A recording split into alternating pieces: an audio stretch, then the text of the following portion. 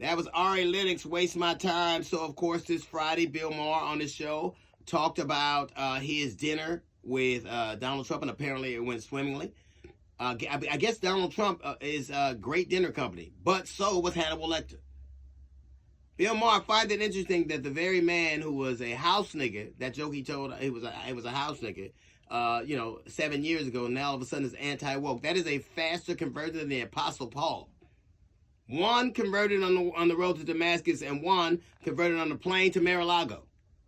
Is it interesting that the man who talks about the left being on the road to Crazy Town, while the very man he was having dinner with was conjuring up ways to spirit Americans out of the country, is finding ways to deny people their rights? There's a man who's in jail right now in a foreign prison who was denied due process. And while you eat dinner and tell us how great a company this guy is, he is trampling. While you were eating dinner, this man was openly defying the Supreme Court of the United States of America. A constitutional crisis. Openly doing it. While you were having dinner with what you estimate as great company, he was eroding the rights of women and black people and gay people. While you were having dinner with him.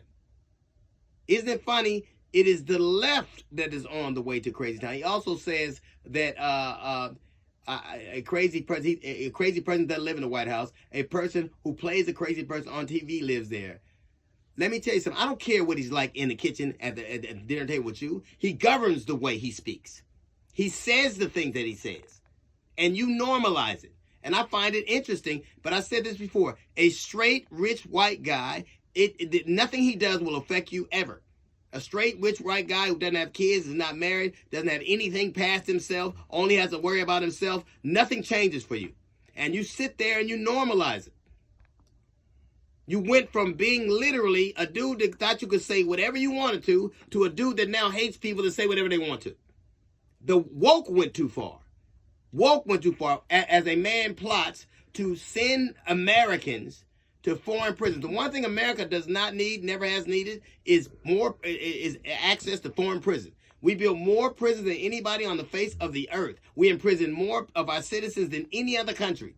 We build more prisons in school, and all of a sudden you need access to foreign prisoners? What do you need it for? And you help normalize it. You said you find him gracious and measured. Was he that last week when he was putting the world in tumult? When he insults his allies? When he erodes black history? When he erodes the rights of women? When he constantly insults people? Was he gracious and measured then? You know, there's a saying that said the greatest trick the devil ever performed was convincing people he did not exist, which means that you don't have to worry. There's nothing really to see here. That's what happens when people like Bill Maher normalize him, when they get glamored by him. So apparently the devil didn't have to convince anybody of anything. All he had to do was have dinner with a comedian and get hugged by an MVP, a Hall of Famer basketball player. That's a little note from the GED section. Got the Jazz Report coming up in 15 minutes. It's the D.L. Hughley Show.